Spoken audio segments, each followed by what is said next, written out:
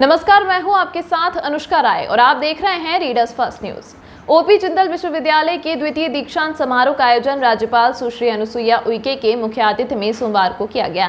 आयोजन में राज्यपाल के साथ ही छत्तीसगढ़ निजी विश्वविद्यालय विनियामक आयोग के चेयरमैन उमेश मिश्रा, विश्वविद्यालय के कुलाधिपति एवं जेएससी फाउंडेशन के चेयरपर्सन शालू जिंदल, जेएसपी के प्रबंध निदेशक शबिल मेंद्र झा, जेएसपी रायगढ़ के कार्यपालन निदेशक सब्यसाची बंदोपाध्याय एवं ओपी जिंदल विश्वविद्यालय के कुलपति डॉक्टर आर.डी. पाटीदार ने इंजीनियरिंग, मैनेजमेंट और साइंस विषय के कुल 738 मेधावी विद्यार्थियों को उपाधियां प्रदान की।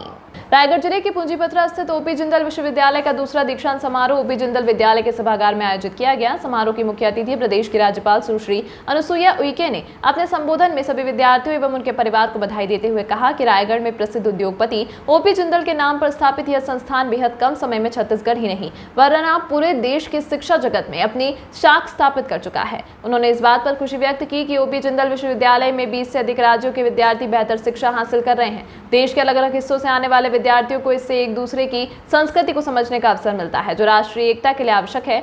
ओपीजेयू में रिसर्च, एनालिसिस एवं पब्लिकेशन की दिशा में बेहतर काम हो रहा है। सुश्री उइके ने युवाओं का आह्वान करते हुए उन्हें अपनी क्षमता का उपयोग राष्ट्र निर्माण में करने के लिए प्रेरित किया। उन्होंने कहा कि जीवन में जो करें, देश हित को हमेशा सबसे आगे रखना चाहिए। युवाओं से देश को बड़ी उम्मीदें हैं और इसे आप अभी को पूरा करना चाहिए। अपने उद्बोधन में उन्होंने छात्र नेता से राज्यपाल तक के अपने सफर के बारे में भी प्रेरक जानकारी दी। राज्यपाल ने देश की नई राष्ट्रीय शिक्षा नीति की सराहना करते हुए बताया कि इससे युवाओं को बेहतर अवसर उपलब्ध हो सकेंगे, साथ ही उनमें उद्यमशीलता को बढ़ावा देने में भी मदद मिलेगी। उन्होंने विश्वास जताया कि ओपी जिंदल विश्वविद्यालय उत्कृष्टता के शिखर की ओर अपनी यात्रा सतत जारी रहेगा।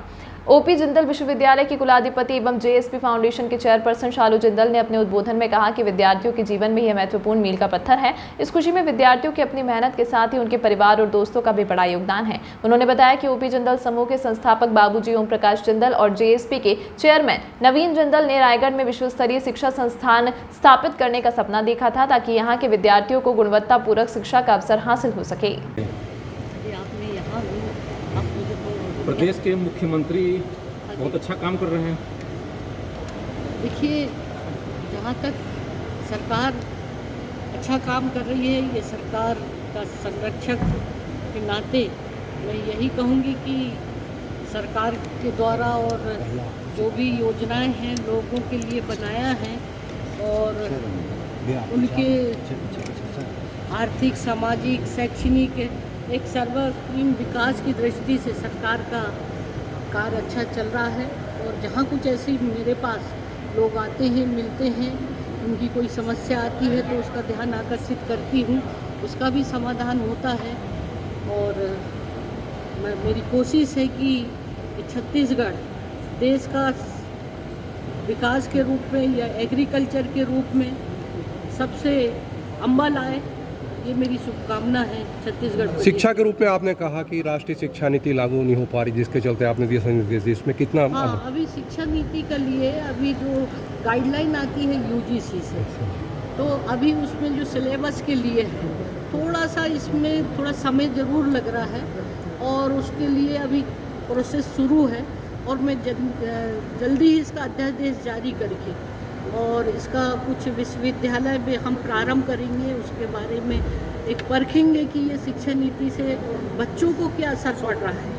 हम एकदम से लागू कर देंगे, उसमें बच्चे को अभी उनको भी कन्फ्यूजन है, तो उस दृष्टि से हम देखेंगे कि कुछ विश्वविद्यालय में इनिशियल हम स्टार्ट करेंगे, फिर धीरे धीरे करके अन्य विश्वविद्यालय में। मैम, प्रदेश में सड़कों की स्थिति काफ़ी खराब है, क्या सरकार का ध्यान आकर्षण कराएंगे आपने देखा होगा मुख्यमंत्री जी ने इसके संबंध में भी स्टेटमेंट दिया है और निर्देश दिया है प्रशासन को कि जितनी जल्दी हो उसकी मरम्मत की जाए। और ये वास्तव में अभी मैं जगदलपुर और उधर गई थी, उधर का रास्ता जो कांकेर और जगदलपुर के बीच में तो बहुत ख़राब है और इस बार बारिश भी इतनी हुई है कि जिसकी वजह से स्वाभाविक है ये रोड का और फिर इस तरह का मतलब मेंटेनेंस भी लगातार पानी बारिश होने के कारण हो नहीं पा रहा था। तो इसके बारे में भी मैंने शासन को लिखा था कि ये जो जगह जगह मुझे शिकायत आ रही थी तो जितनी जल्दी हो सके इसको मरम्मत की जाए। और आदिवासियों के आरक्षण के मामले में मैम, ये आप यहाँ पे आई हैं और जिंदल का जो ये पूरा प्राकृतिक वातावरण, एजुकेशन और सारी चीज़ देखी हैं और मैं काफ़ी प्रभावित हुई हैं।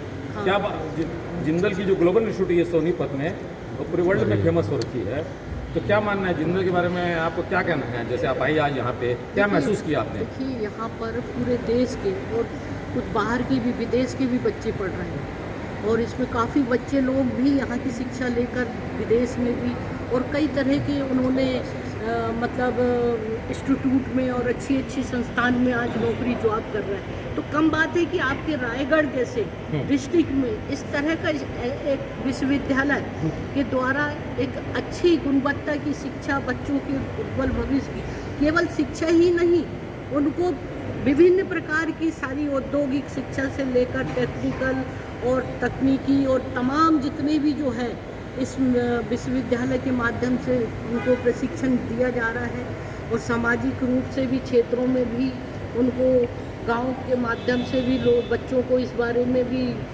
गोद लेकर और काम किया जा रहा है। तो कुल मिला के ये केवल शिक्षा ही इनका उद्देश्य नहीं है, इसके लिए रोजगार का भी कौशल विकास की दृष्टि से कि केवल डिग्री प्राप्त दे देना नहीं है, इनके बच्चों का और अच्छा भविष्य, वो अपने जीवन में अपने पैरों में आत्मनिर्भर होकर खड़े हो जाएं, उस दृष्टि को ध्यान में रखते हुए ये ओपी जिंदल का जो मतलब विश्वविद्यालय है इस दिशा में बहुत अच्छा प्रयास कर रहा है। बहुत बहुत धन्यवाद।